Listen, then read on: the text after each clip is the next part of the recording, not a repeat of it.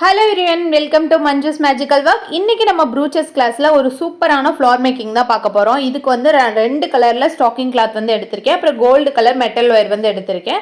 அதுக்கப்புறம் ஒரு பெரிய சைஸ் பீடு 2mm பீடு, அப்புறம் சின்ன சைஸ் ஃப்ளார் சீக்வன்ஸ், அப்புறம் பெரிய சைஸ் ஃப்ளார் சீக்வன்ஸ், அப்புறம் ஒரு நீடில் வந்து தேவைப்படும், அப்புறம் ஒரு சீவிங் த்ரெட் வந்து தேவைப்படும்.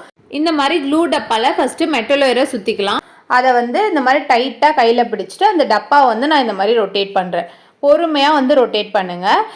இனி கேப்பை வந்து ரிமூவ் பண்ணிவிட்டு அந்த ரிங்கை வந்து பொறுமையாக வெளியே எடுத்துக்கலாம். இப்போ வந்து நமக்கு ஒரு பெட்டல் ஷேப்பில் வந்து கிடச்சிரும். இந்த மாதிரி ரிங் வந்து ரெடி பண்ணி எடுத்துக்கணும். ரெடி பண்ணிவிட்டு இனி வந்து எக்ஸ்ட்ராஸாக கட் பண்ணணும். பொறுமையாக கட் பண்ணுங்கள். அந்த ரிங்கோட எட்ஜில் கட் பண்ணிடாதீங்க, பிரிஞ்சு வந்துடும். கொஞ்சம் கேப் விட்டுட்டு கட் பண்ணிக்கோங்க. இனி ஸ்டாக்கிங் கிளாத்தை வந்து இந்த ரிங் மேலே வச்சுட்டு அந்த எட்ஜ் இருக்கு இல்லையா, அந்த எட்ஜில் வந்து கரெக்டாக பிடிச்சிக்கோங்க.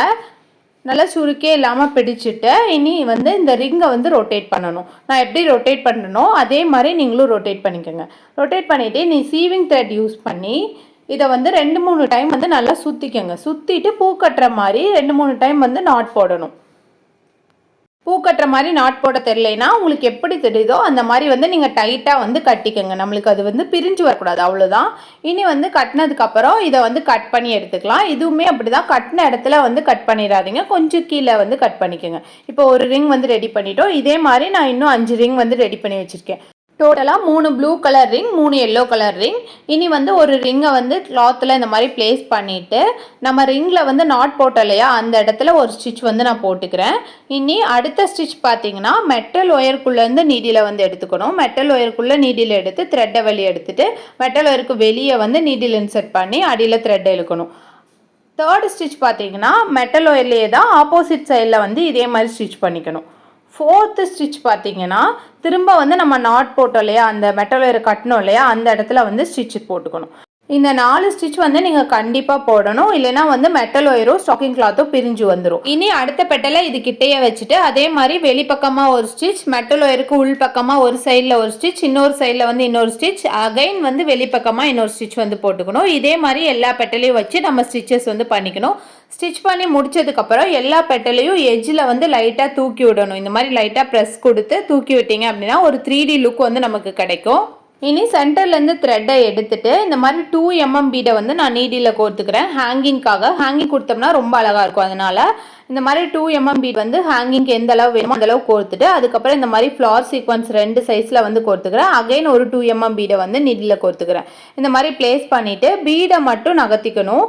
பீடை மட்டும் நம்ம நகர்த்திட்டு இனி வந்து ஹேங்கிங்காக அந்த சீக்வன்ஸ்குள்ளே பீட்குள்ளே எல்லாம் வந்து அகைன் நம்ம வந்து நீடியில் வந்து இன்சர்ட் பண்ணணும். பொறுமையாக வந்து நீடியில் இன்சர்ட் பண்ணுங்கள். இந்த மாதிரி இன்சர்ட் பண்ணுறது வந்து கொஞ்சம் கஷ்டமாக இருக்கும். ஸோ ஒரு பீடாக வந்து நீங்கள் பொறுமையாக வந்து நீடியில் இன்சர்ட் பண்ணிக்கோங்க. கொஞ்சம் கொஞ்சமாக ஒரு பீடாக வந்து நீடியில் பின்னாடி தள்ளிட்டு அகைன் அடுத்த பீட்ஸில் வந்து நீடியில் வந்து இன்சர்ட் பண்ணுங்கள். நிறைய பீட்ஸ் இருக்கனால தான் இந்த மாதிரி கொஞ்சமாக பீட் ஹேங்கிங் கொடுத்தீங்கன்னா ஈஸியாக வந்து நீடில் இன்சர்ட் பண்ணிடலாம். இன்சர்ட் பண்ணிவிட்டு இனி சென்டரில் நீடில் வச்சு த்ரெட்டை வந்து அடியில் இழுத்துட்டீங்க அப்படின்னா ஹேங்கிங் வந்து நமக்கு பிளேஸ் ஆயிரும். இந்த மாதிரி சிக்கலாக விழுந்துச்சுன்னா லைட்டாக இழுத்து விட்டிங்கன்னா அட்ஜஸ்ட் ஆயிரும். இப்போ வந்து நம்ம ஹேங்கிங் வந்து ஒன்று பிளேஸ் பண்ணிட்டோம். இதே மாதிரி இன்னொரு ஹேங்கிங் வந்து நான் சென்டர்லேருந்து த்ரெட்டை எடுத்து பிளேஸ் பண்ணிக்கிறேன். இந்த மாதிரி ஃப்ளாரில் வந்து ஹேங்கிங் கொடுத்து டிசைன் பண்ணிங்கன்னா பார்க்க வந்து ரொம்ப அட்ராக்டிவாக இருக்கும். ஃபஸ்ட்டு ஹேங்கிங் கொடுத்துட்டு தான் அதுக்கு மேலே வந்து நம்ம ஃப்ளார் வந்து பிளேஸ் பண்ணணும். அப்போ தான் வந்து நமக்கு நீட் ஃபினிஷிங் வந்து இருக்கும்.